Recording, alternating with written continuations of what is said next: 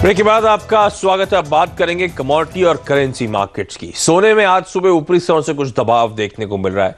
3/4% के दबाव के साथ सोना इस समय आपको कामकाज करता हुआ नजर आएगा। $1340 के आसपास ये ट्रेड्स देखने को मिल रहे हैं, लेकिन तगड़ा मोमेंटम, तगड़ा आउट परफॉर्मेंस देखने को मिला है न सिर्फ सोने बल्कि चांदी में, जहां पे कल 5% के आसपास का उछाल और $21 के लेवल्स तक चांदी उछलता हुआ नजर आया था। अब उन लेवल से कुछ ठंडा जरूर पड़ रहा है। ऐसे में बुलियन मार्केट यानी कि सोने और चांदी में रणनीति क्या, इस पर बातचीत करने के लिए एंजल कमोडिटीज के अनुज गुप्ता मेरे साथ जुड़ रहे हैं। अनुज जी हाय, गुड मॉर्निंग।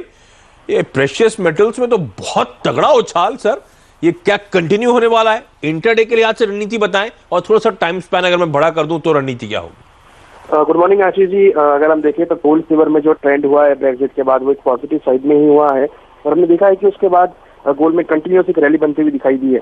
अगर हम लास्ट वीक की बात करें तो लास्ट वीक गोल्ड में करेक्शन आया था, मगर एक क्लोजिंग में ही एक काफी अच्छा बाउंस बैक देखने को मिला है। इवन अगर हम सिल्वर को भी देखें तो उसमें भी काफी अच्छा रैली देखने को मिली है। मुझे लगता है कि जो ट्रेंड है गोल्ड सिल्वर का वो अब तेजी की तरफ रहेगा। हालांकि मार्केट हो सकता है कि स्टेबल हो, मगर जिस तरीके से मार्केट ने जो मेजर रेजिस्टेंस लेवल्स थे चांदी के 39,000 और 40,000 के वो ब्रीच किए हैं और गोल्ड ने करीबन 29,000 का जो रेंज ब्रेक किया है, मुझे लगता है कि अभी सस्टेन रहने वाली है रैली। और अगर हम इंट्राडे की बात करें तो डेफिनेटली बाइंग ही करना चाहिए। ऊपर अगर हम टारगेट देखें तो करीबन 31,800-900 तक लेवल देखने को मिल सकते हैं गोल्ड में। और अगर हम एक लॉन्ग टर्म स्पेंड की भी बात करें तो हमें लगता है कि गोल्ड में अगर हम 4 से 5 महीने की बात करें तो स्पेशली गोल्ड में करीबन 33,000 से लेकर 34,000 के लेवल मिल सकते हैं। और चांदी की अगर बात करें 3 से 4 महीने के लिए तो मुझे लगता है कि उसमें भी करीबन अगर हम देखें तो 50 से लेकर 52,000 तक के लेवल चांदी में देखने को मिल सकते हैं। तो दोनों में खरीदारी करने की सलाह होगी, है ना?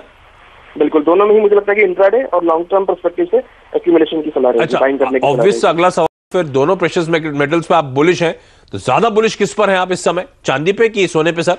क्योंकि चांदी में अच्छा आउट परफॉर्मेंस आया है।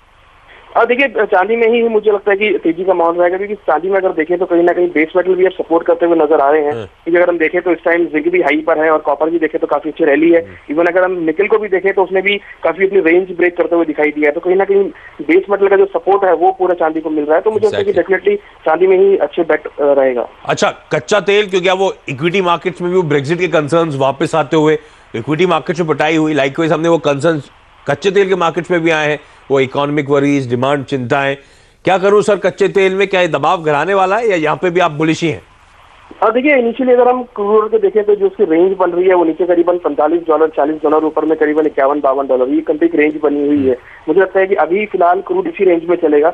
52 के ऊपर अगर चलता है तो हम रैली देखेंगे $56-57 तक के लिए। मगर मुझे लगता है कि जिस तरह का ट्रेंड हमने देखा है तो क्रूड में बाय ऑन डिप्स की ही सलाह रहेगी। हालांकि $52 एक रेफरेंस लेवल रहेगा, बट 52 के ऊपर अगर चलते हैं तो भाव ऊपर जा सकते हैं। इंट्राडे के लिए और एक मिड टर्म के लिए मुझे लगता है कि $40 का स्टॉप लॉस लगाकर पोजीशन को बाय किया जा सकता है 52 के ऊपर तक के टारगेट के लिए। ओके, तो कच्चे तेल में खरीदारी करने की सलाह, 3340 के टारगेट। अच्छा, रुपया कल तो कंसोलिडेट कर रहा था, बहुत मिनिमल मूवमेंट था, लेकिन रुपए में आप लोग क्या कॉल ले रहे हैं सर? रणनीति क्या होगी? रुपये में अगर देखें तो वीक ऑन वीक बेसिस पे स्ट्रांग होता हुआ दिखाई दिया है। मुझे लगता है कि रुपये में आज भी स्ट्रांगनेस बरकरार रहेगी। हालांकि कल यूएस मार्केट बंद था, पर मुझे लगता है कि आज इंडियन रुपी स्ट्रांग हो सकता है। तो आज के लिए हमारी जो सलाह रहेगी जुलाई कॉन्ट्रैक्ट में बिकवाली की रहेगी। ओके, चलिए अनुज जी, बहुत धन्यवाद आपका सुबह सुबह वक्त निकालने के लिए। तो कमोडिटी से मैं रैपअप की शुरुआत करता हूं। अनुज का मानना है सोने और चांदी दोनों में खरीदारी करके चले, दोनों में इंट्राडे के लिहाज से और लंबी अवधि के लिहाज से वो बुलिश है। मैंने पूछा दोनों कमोडिटीज में से ज्यादा प्रेशियस मेटल्स पे किस पे बुलिश है, क्योंकि चांदी ऑलरेडी अच्छा आउट परफॉर्म कर रही है, ना सिर्फ प्रेशियस मेटल्स बल्कि बेस मेटल्स का भी फायदा जो उछाल आ रहा है उसका मिलता हुआ, तो शायद चांदी में ही आउट परफॉर्मेंस कंटिन्यू होता हुआ नजर आए। आज के लिए लेवल्स आपकी स्क्रीन पर आएंगे इंट्राडे के लिहाज से जो ट्रेड बनता है। कच्चे तेल में भी उनका मानना है खरीदारी करके चलना चाहिए। 3340 तक के टारगेट्स के लिए कच्चे तेल में अप्रोच किया जा सकता है। रुपया कल हमने कुछ मजबूती आती हुई देखी थी, वो जो स्ट्रेंथ है मजबूती रुपए में कंटिन्यू होगी, तो बेच के चले 6720 तक के टारगेट्स के लिए। अब आपकी स्क्रीन पर एचजीएक्स निफ्टी आएगा जो दिखा रहा है कि इस मंगलवार की सुबह हल्के दबाव के साथ इंडियन मार्केट की शुरुआत होती हुई नजर आएगी। ऐसा क्यों? क्योंकि एशिया कमजोर है, और एशिया इसलिए कमजोर है क्योंकि ओवरनाइट हमने जो यूरोप से क्यूज उठाए हैं वो कमजोरी के थे। यूरोप के मार्केट्स में 2/3 से 1% का दबाव था ब्रेक्जिट को लेकर कंसर्न्स आते हुए। तो पिछले कुछ दिनों के लगातार अच्छे मोमेंटम के बाद उस मोमेंटम पे ब्रेक लगता हुआ उसी तर्ज पर हमारा एचजीएक्स निफ्टी दिखा रहा है कि आज दबाव के साथ कार्यक्रम मार्केट्स की शुरुआत होगी।